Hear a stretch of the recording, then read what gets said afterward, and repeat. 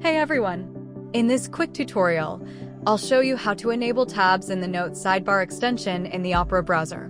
When you enable tabs, you can create multiple personal notes and easily switch from the first tab to other note tabs. To enable tabs, follow these steps. First, click on the three-dot icon and choose Options from the menu. This will open the Note Sidebar Options page. Next, click on the Advanced Options tab.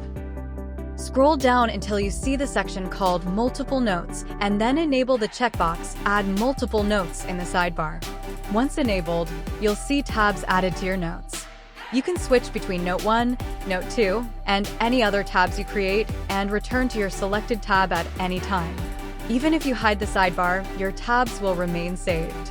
In the Note Sidebar Options, there is also another way to view your tabs.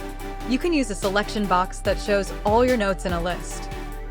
With a single click, you can select any note, and it will become the visible one.